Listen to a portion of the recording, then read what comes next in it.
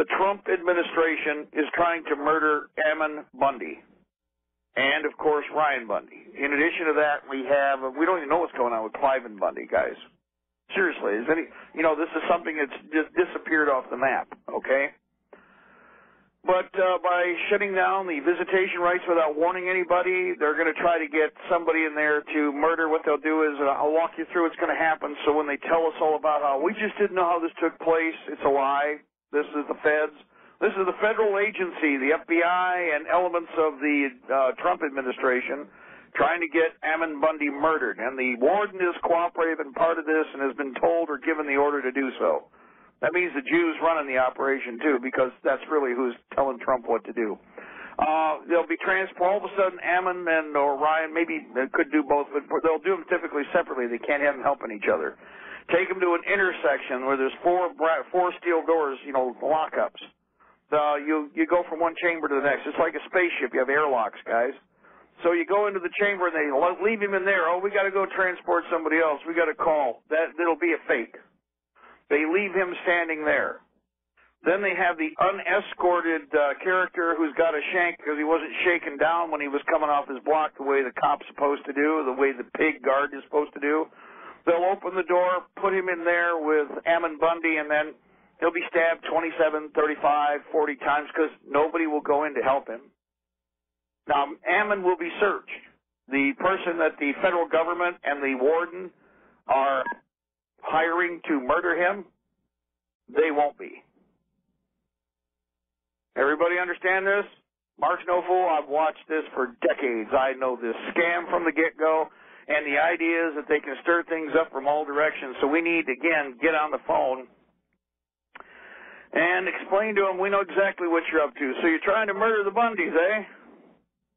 So you're trying to murder the Bundys. 775-751-4500.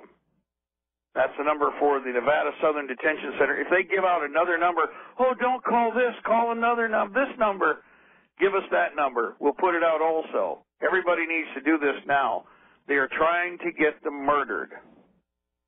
I have seen this over and over again. We have covered cases like this. Remember the gentleman from I won't say it's Campbell, but it's from California. He was arrested by the feds for chopping wood on his own property because it was the the good old EPA that good old Trump is funding, and the BLM.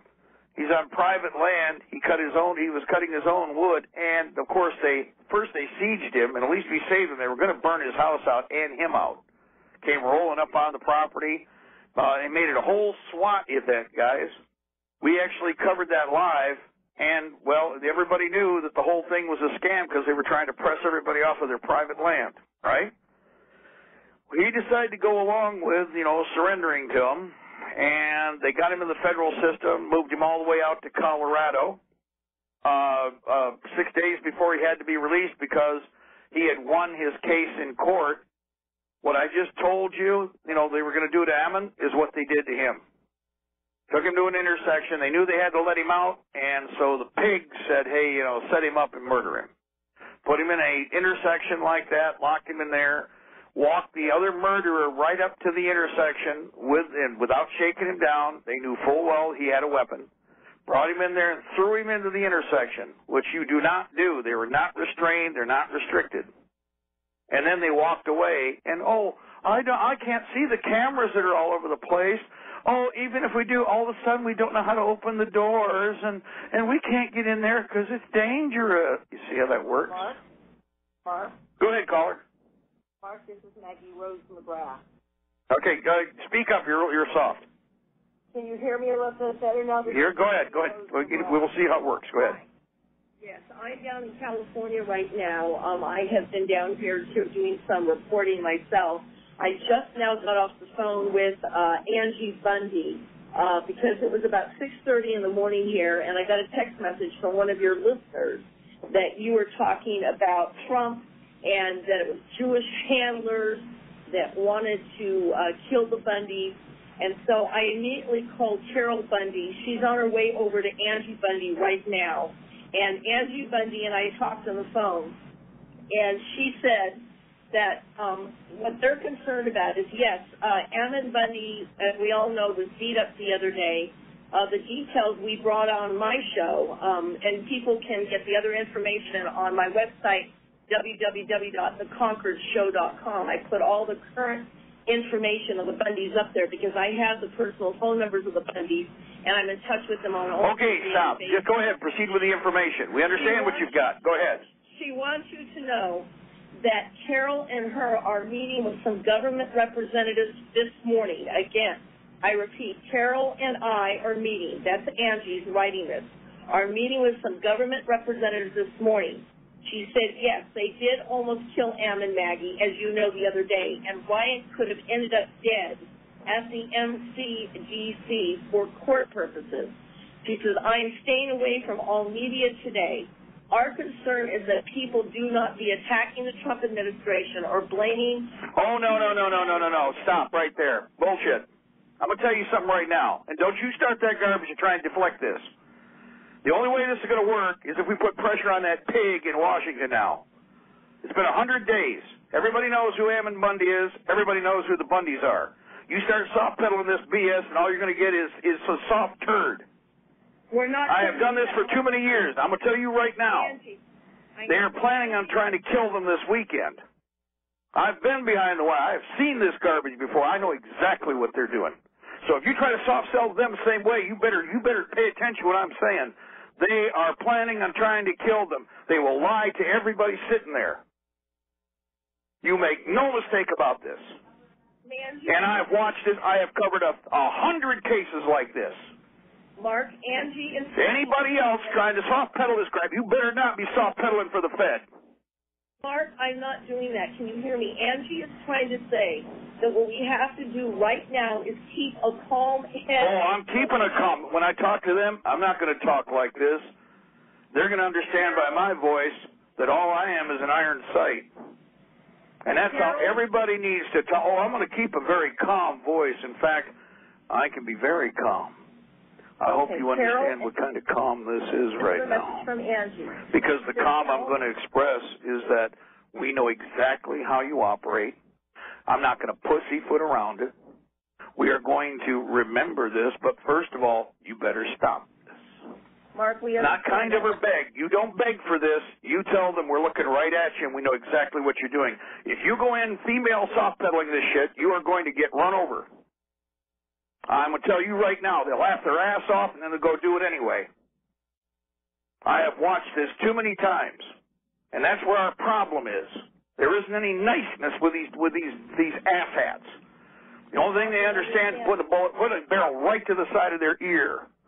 Otherwise, they'll laugh their ass off, murder everybody, and go, oh, it was a miscommunication. Oh, we didn't get the message in time. Oh, I didn't know that could happen. I'm a trained professional in the prison system. Let's see. Why would you deny all the other prisoners their visits so that you can get somebody to walk up and stick somebody with a knife? You do that with a whole prison. That's a federal lockup prison. You've got Mexicans, you got blacks, you got a whole bunch of different cliques. And with that skank and with the feds, and this is the Trump administration, I'll tell you what, you get on the phone with the Bundys to the Trump White House. You don't have to talk to Trump. You ask him what the hell's going on. Not kind of, sort of, and not kindly. That's what needs to happen now. I'm going to call when I'm done here. Oh, so I see your administration is trying to kill Mr. Bundy. And I'm going to say it very nicely. I'm not going to, I'll be totally calm, but I'm just going to look at him like I'm laughing at him. You want to know why? Because I've watched the lies before. We're dealing with a house of liars from a city of liars.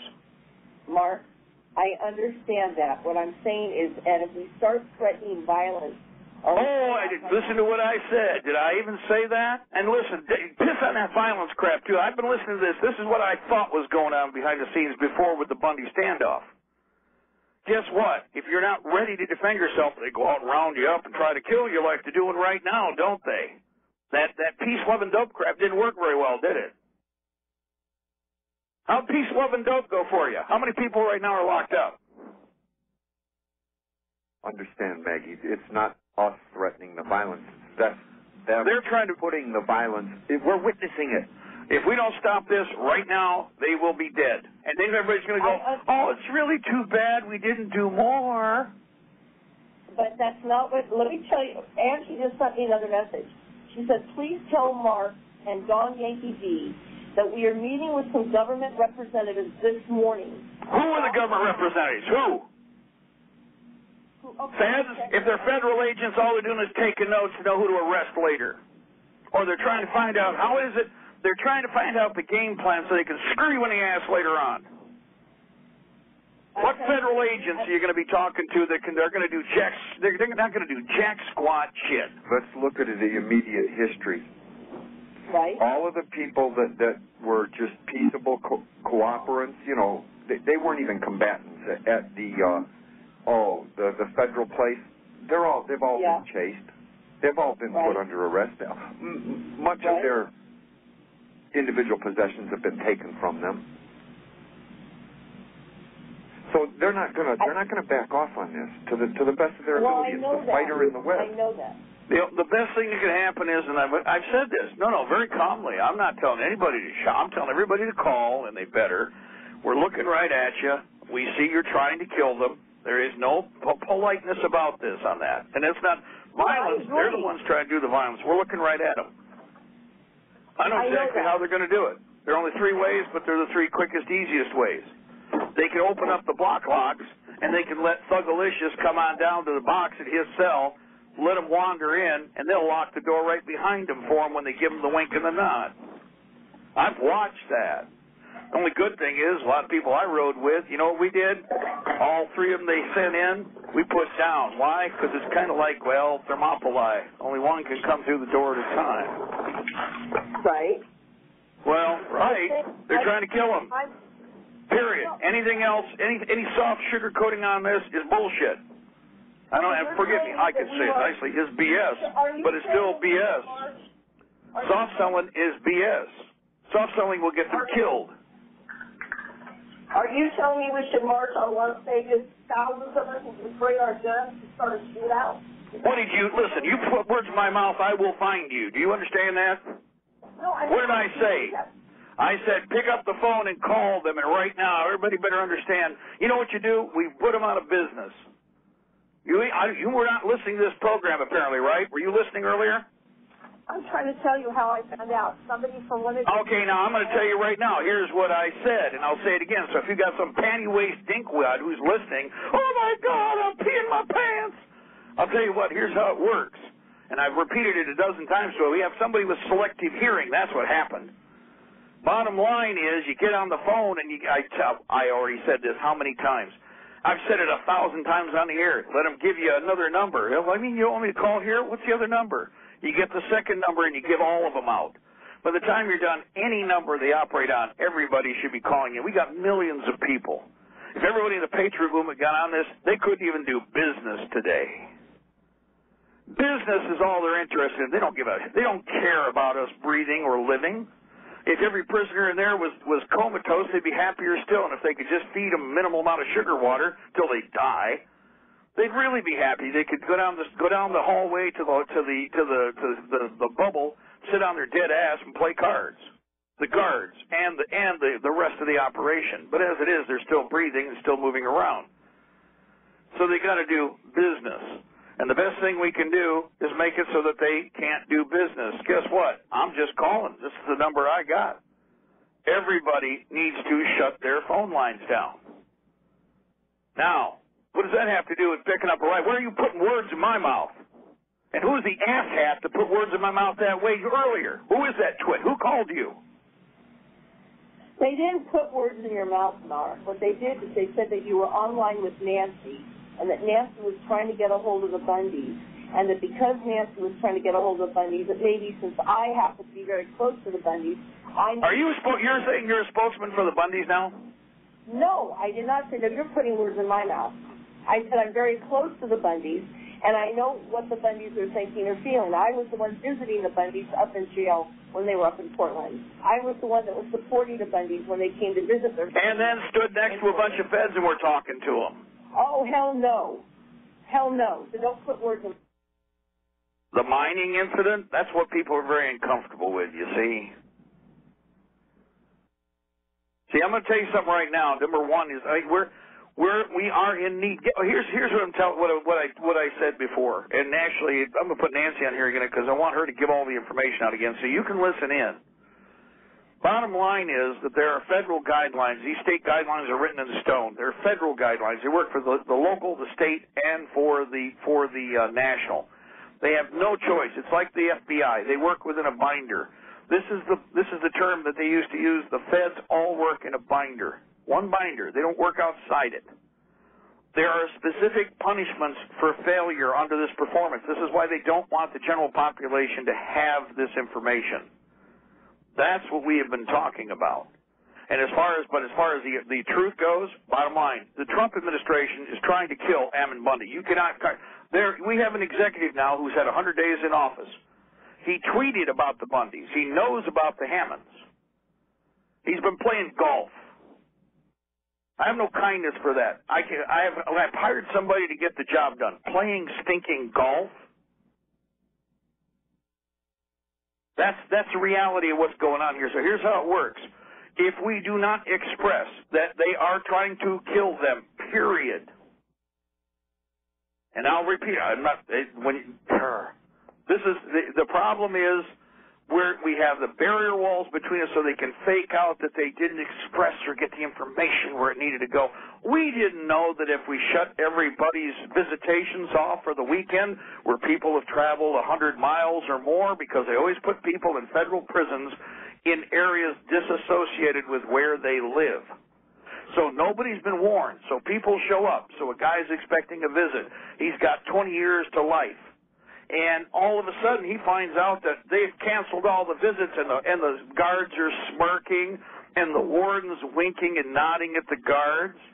And all of these turds know that Mr. Thugalicious is pissed now because he wasn't going to get his 3 chocolate bars and maybe 2 or 4 hours up there in the visiting room, where he'd at least get away from the same cells in the areas that he's in all the time, because he'd be in a different area where there's actually maybe a little air conditioning, and hell, even the cushions might have the seats might have cushions on them where your butt's not on a piece of concrete or something all day. So now he finds out that his people drove 110 miles. They are trying to murder the Bundys. They're trying to murder them. Thugalicious has got 20 to life, where he's got a basketball score for a prison sentence. He's getting his one visit tomorrow or the next day, and they are setting this up. Thugalicious doesn't care if he knifes someone else because he's got a 110-year prison sentence he isn't going to survive. This is the racket they pull all the time. That's what they're trying to do right now. That's why this is an expedited issue. And as far as the Trump administration goes, everybody in this racket knows this racket. I expect to see some performance, and I haven't seen any. As far as I'm concerned, they're sitting on their hands, and this is the same garbage. McCain did the same thing. Let's all be warm and fuzzy back with Agent Orange. 30 years after how many people died by inches with no maintenance at all from the hospital system because it was psychosomatic, they finally admitted, because McCain bought all the time he could for his Fed buddies. And everybody was told to sit back, and the more they sat back, the fewer survivors there were, and the fewer family members that were energized. And by the time they were done, there were a handful of people that were hanging on by their toenails, dying by inches. That's the game they play all the time. It's like right now it's the same scam. Trump has been in for 100 days. It is Trump's responsibility. This is a Trump administration, and this is a Trump government now. Period. No excuses, no BS. It's a Trump administration. So here we got, now are you still there? Okay, I'm going to put Nancy on here because she's going to give out all the information again. And I want you, Pat, if you're to be talking to him today, it's especially critical this get in motion immediately. I agree. And the reason for that, to do it immediately, is because it takes a while to get a hold of this information. They have tried to hide this time and time again. And what I fear is that they will try to kill them. They'll set it up, and the setup's there. The federal guidelines for prisons and jails, it is imperative. This is the rule book they play by. Any violation by the prison, by the guards, and anybody responsible for their behavior that's in charge of them, all the way to the White House, can be held responsible for the violation of these prisoner rights. There are 353 of them listed in this book. You have to go to a law library, have a research license, ask for it specifically at the periodical desk, and they have to send that facility has to send to Washington, D.C. for it. You will have access to it for approximately 10 days in which it has to go back. It is about an inch and a half thick. But you mention this, just the name of it, the Federal Guidelines for Prisons and Jails. I've repeated and repeated and repeated this. It is imperative that you get this because they violate one of these, and each violation by everyone that is responsible carries with it a felony charge for those guards, for the duty officer, for the warden, for the district director or regional director, whichever, I'm not sure, because this is it may be privatized, but it is a federal facility. So it goes directly under the Department of Justice, who is answerable directly by Donald Trump. It is very important that you understand this.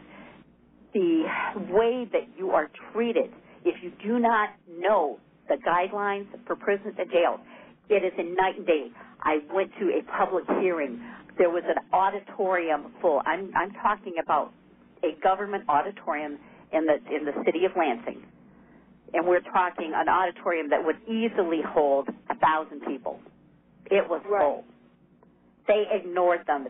They were bored out of their minds. They were looking at the ceiling, sitting back in their chairs and twiddling their thumbs. When I say sit back in the chairs, they had their chairs, their folding chairs, sit back on two legs, looking at the ceiling.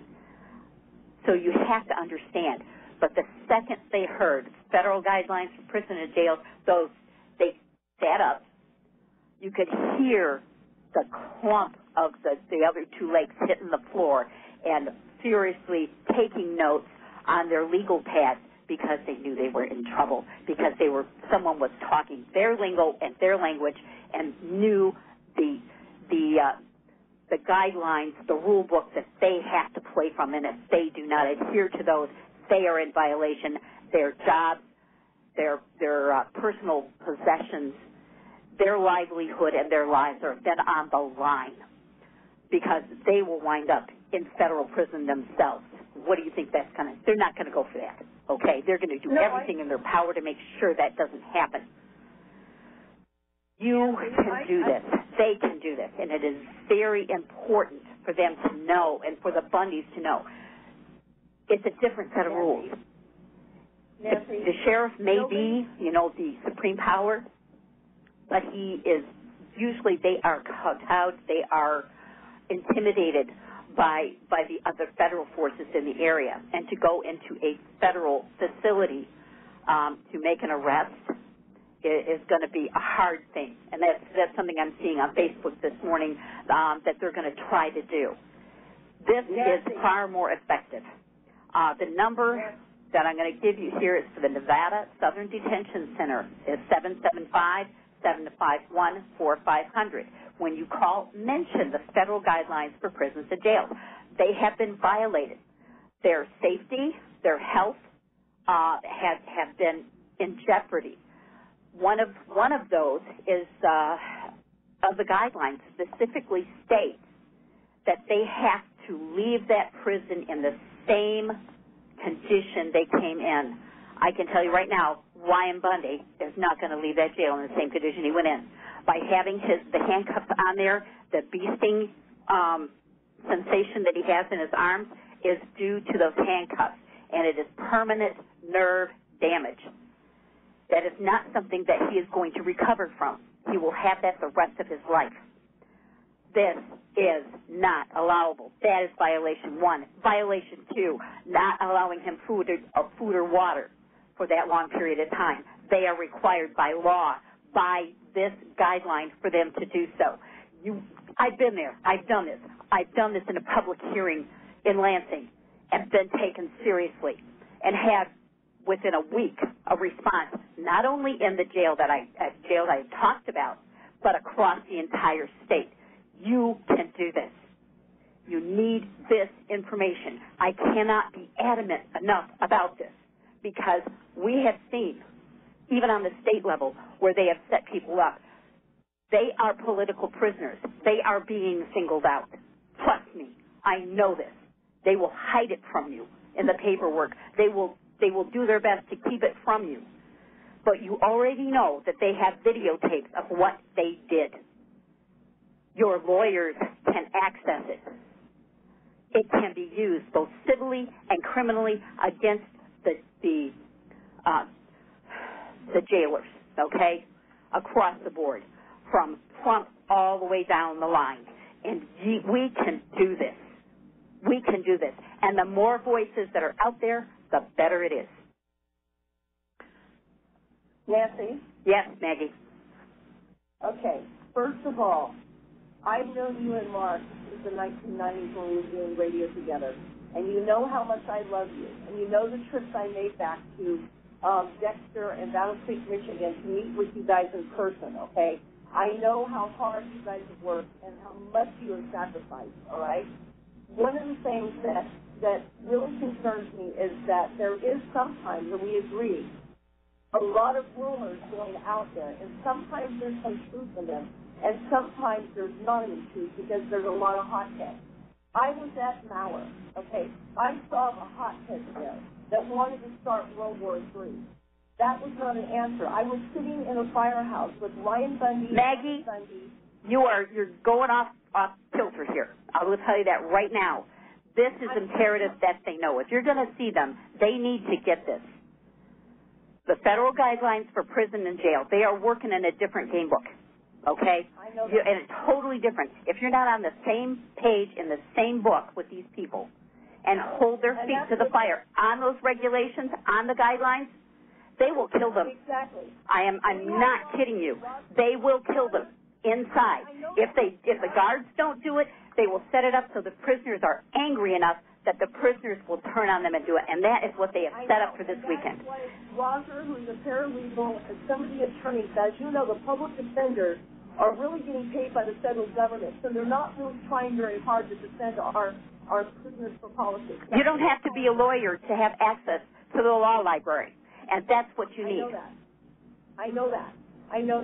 But when Mark turns around and makes a comment like, well, Mike, we know about you and the miners, he doesn't know what happened with the miners, and I need to tell him that what we need to do is people need to get educated. That what's happening here is too many people are sitting behind their computers as keyboard warriors. I had a guy that was up at the rescue with Ammon Bundy, and he was part of the medical team there at the Narrows, and he gave me his business card.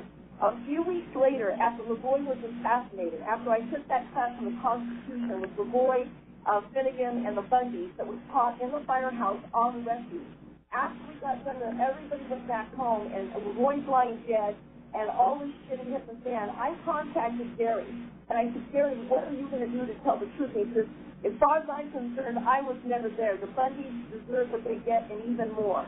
Too many people are turning around, running there, and saying we're going to be part of a team to make our government held accountable.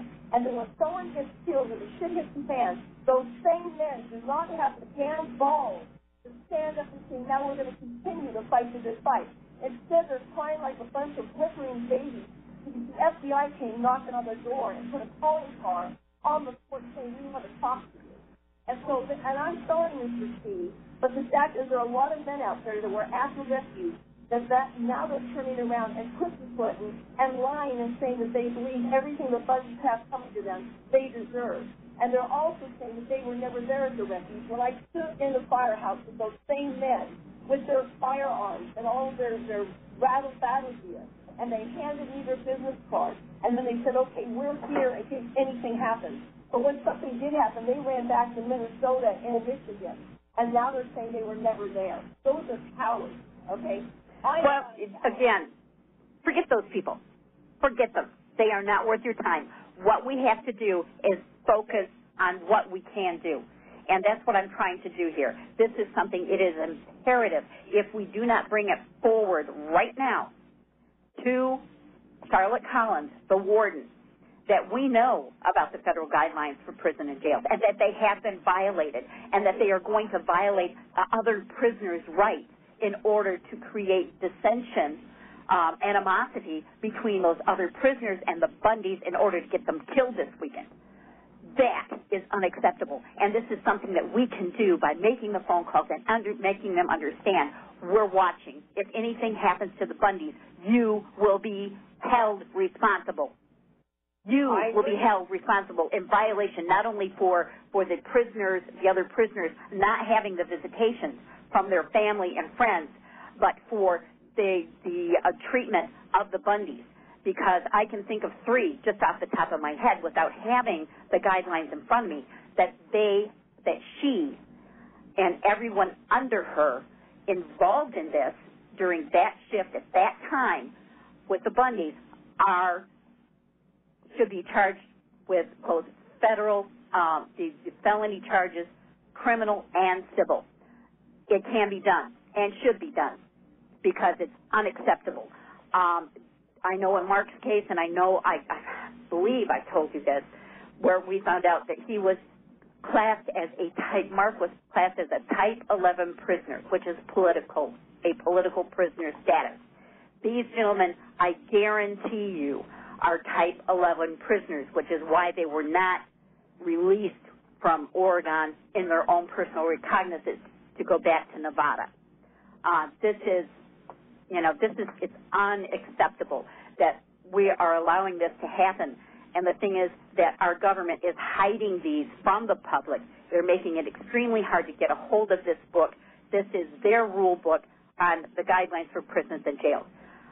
And it's imperative, folks, that we get this in the hand of the Bundys, in the hands of the Hammonds, and anybody else that's out there that is doing time in the system and is being abused. It's wrong. It's just that simple. I've fought this fight. I've been there. I've done this. Mark has done this. And I'm trying from experience, learn from what I learned, please, and take it and use it because it's there and it works. You want to watch them snap to and pay attention to you and give you more than lip service and twiddle their thumbs and ignore you? This will do it. Trust me, I have seen it. I think what's really important, Nancy, is that this is what, I don't know if you know, one of my friends, Jason Patrick, was with me as the line, and he knows that there was a lot of lies going on about people that were volunteering there, and the same thing is happening in this situation, too. Jason Patrick and I agree, and Sergeant Lowe, Staff Sergeant Lowe, retired. We both retired from the Army about the same time, and she said that she agrees that what we need to do is we need to go to Washington, D.C., and that is what Angie and I were discussing yesterday. I honestly think that's wrong because the fight is where they're at. You can go to Washington, D.C., but you know what? I can do more with my phone from my kitchen, and you know I've done this. I can get more accomplished on this phone in one phone call. Well, actually, 3 phone calls. The last one to the MDOC director's office, talking to her secretary, was able to take care of something over the phone in 3 minutes simply by mentioning the federal guidelines for prisons and jails and asking who was going to be the responsible party. You want to see them turn tail and give up the person that is responsible? In 3 minutes, I had the answer, and everything was turned from upside down to right side up again. 180. 3 minutes. That is the power of this booklet. This book, the federal guidelines for prisons and jails, it works. And it is the book that they play by, and it is imperative. I can't stress that enough, that they have this in their hands, that they know what they've got and what charges can be brought against these people that have done this to them. And it needs to be done right there in Plump. What we discussed the other day, Nancy, let's see if you like this idea. When I had Marilyn Bundy on my show the other day, and she's coming back on my show again this Monday on Revolution Radio, both Marilyn Bundy and Carol Bundy and Angie Bundy and I, we decided last year to put this off. That now Angie is discussing with the Sergeant Lowe and myself that when they keep talking about it takes a village to raise a child, I keep saying, yeah, you can, a village idiot can raise a child, and that's not what we want. But we're thinking we're going to turn around and meet fire with fire. If we take some of these Bundy children and grandchildren, and we already have somebody in Washington, D.C. right now, one of the representatives who is willing to meet with us and maybe even put together a congressional hearing. If we bring those children with us to the congressional hearing and court see that we mean business, if we can have a million-woman march, or these homosexuals and others can have marches for better rights and better freedom, why can't we march on Washington, D.C.? Oh, you can do it, but you've got to pay and get there. We can be more effective from our own phones in our own homes. Trust me. And this, because when you tie up their phone lines and they can't do business, if you're outside making, there's another group out there today. Because every day they have a protest, okay? The timeline may not here, be, as big, but Maggie, every day they are dealing with that every single day. But when you call and tie up their phones, when you make it impossible for them to do their work in their offices, then you're making an effect. You're changing their world. This, telephone is a great thing because it ties up their ability to work, okay? And until you interrupt their business and their day and their lifestyle and they can't get things done, they can't do what they want to do, you're not making an effect. You have to affect their wallets. You have to affect their time. Time is money. And if they can't get their stuff done so they can go out and do their little golf outings or off to lunch with, someone else that wants to pad their wallet, then you are affecting them in a way that hurts them. And they are going to stop, take notice, and change what needs to be changed so they can continue to do business. Okay. Otherwise, they're not going to be able to. You have to hit them where it hurts. And I tell you what, right now. Right now, that's the key. This federal guidelines for prisoners jails does just that, Maggie. It does it in a huge way because when you mention this to them, they know that criminal and civil, you can sue them for everything they have from the top on down on this and win because of the violations and the way that the federal guidelines for prisons and jails are set up. That is power. I know when I met Ryan. In jail, and my husband and myself where the bullet or a piece of metal went into his shoulder. And I asked him, I said, are you going to have this removed? And he says, yes, the U.S. Marshals want to have it removed. But he says, I'm not going to do it until I have somebody on my legal team here. I have a medical person that I trust here. He said, otherwise the evidence in my arm will disappear. And that is one of the things we've been noticing, that other things that were evidence. When I sat for hours with my husband in the courtroom up in Portland a few weeks ago, we noticed that a lot of the evidence, either the judge will not allow the evidence to come forward that is proven innocent, or the evidence starts disappearing. And we've been seeing this happen on a regular basis. My husband said during the time... You're right. You go in there and they set it up like a high school debate of what can and can't be used. They do. Exactly, and that's in your pretrial. However, the federal guidelines for prisons and jails has been violated, charges, and they know. You mention this and the world will change for them. The other thing that can be done, and I strongly suggest this, is that a mail-in, send postcards. As many postcards as we can get in there from as many people around the country, because as soon as the warden and the people that take care of them, those jailers, start seeing this abundance of mail come in from around the country, they know they're being watched and that these people have connections outside with people that care about them. And it will change the way in which they are treated. It works. We've seen this time and time again. So that is another thing that can be done for them right now, today. If we can get their prisoner numbers and the address out there in Pahrump for them, because you're going to need their block number, you need their prisoner number.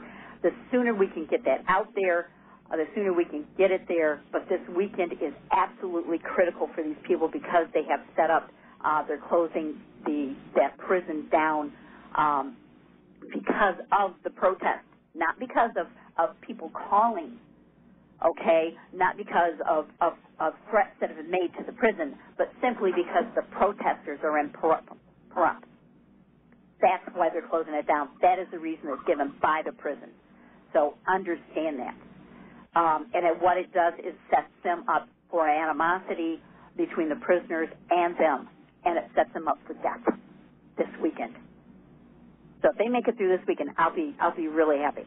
Okay, but this federal guidelines is absolutely essential in the fight for the Bundys. If you want to make sure that they're treated correctly, this is the only way it's going to happen. Because if you're not playing by their rule books and their guidelines, okay, that federal guidelines for prisons and jails, you're on the wrong page, and they will ignore you. It's that simple. If you're not even speaking their language. No, and they will ignore you because you're not speaking their language. You're not talking their lingo. You're not using their words from their Bible, if you will, because this is what they have to work by. It is on every warden, every sheriff's desk. They know what it entails. They have to study it. They have to know it. And they have to know when the people under them are violating it. But what they count on is that it is difficult for the general public to get their hands on it. But when they know that you know what's in it, it's a whole different ballgame. Yeah, that's true. I agree with you on that one. But I'm just wondering how many of our letters and our emails are just going to end up in what we used to call in the Army the circulating file. I would not put it in emails. You want to send physical mail. You need physical mail to go into them directly so that the jailers, the guards that give them their mail, understand, hey, they got a lot of mail. There's a lot of people that care about them. They think twice about what they do to these individuals. That is critical. It is absolutely critical for their well-being, for constant mail to be coming into them, even if it's just a postcard. Doesn't matter. You do have to put your name and your address on there and send it in. I was told that sometimes they send the mail back. So my recommendation that I made after I was talking to you, they send the mail back if it is not something that is appropriate. That's not allowed. If it's got a lot of handmade art that's been glued onto it, they will not allow that in because they're going to assume that in that glue that there's drugs being smuggled in, right. And that happens. Right. They will not allow in anything with staples. So don't send that. But that's why I'm saying postcard. They cannot refuse a postcard because the postcard there's no glue there. It's written on one side, a small short note, but it sends a message to the prison, to the guards, to the duty officer that this person's cared about by people all across the nation. I can't tell you how important it is for those prisoners to receive that mail. A lot of mail Mark never even saw. I can tell you that right now. I carried out grocery bags full that he never saw. Stuff, there were books that were sent in that they were, considered to be controversial. And some letters that there was too much.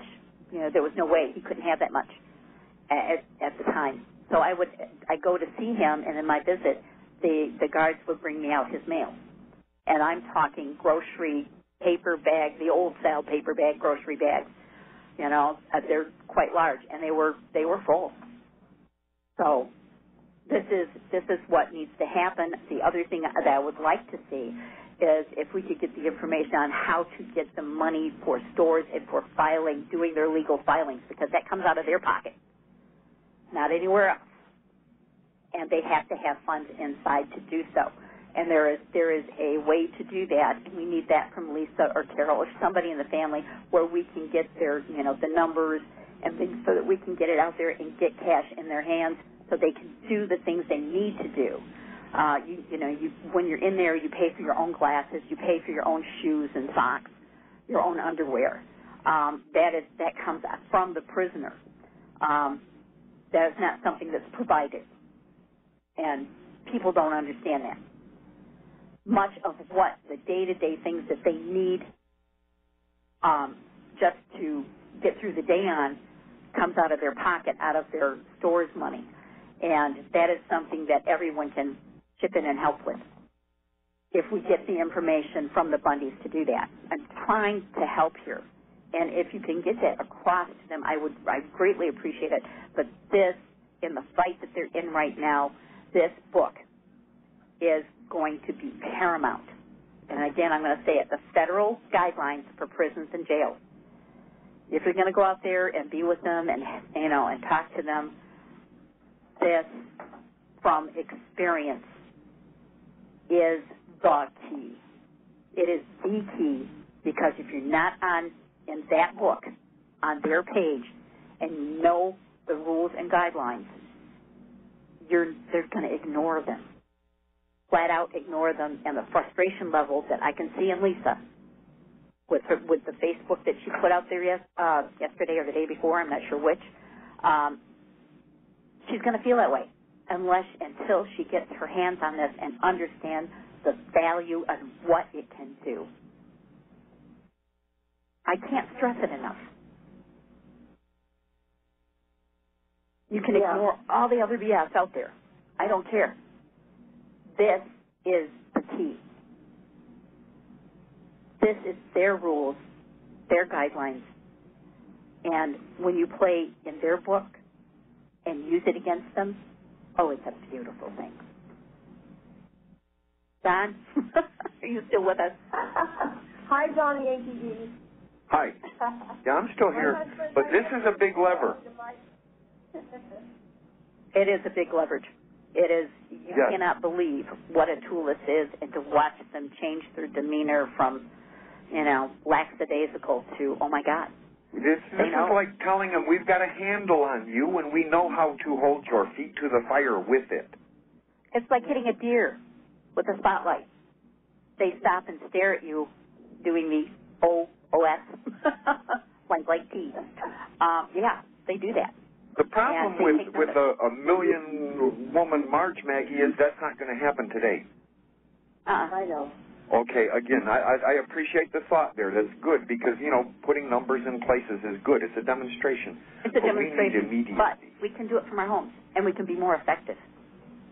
We need the telephone is the most effective thing right now because it's instantaneous. If you As you point out, email, they'll open it. They probably won't even open it. They'll just put it in the garbage can. Telephone calls and letters. And again, to the prison system, and we can send letters to the White House. Oh, yeah. Donnie Trump's about this, as pointed out. We need to change his view on this. Oh, absolutely. I will. We can do this today. Mm-hmm.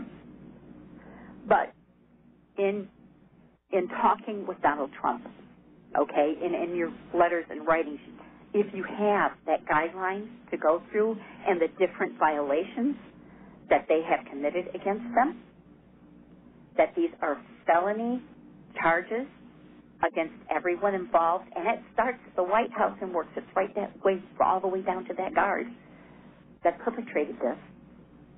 Yes. Everyone is liable.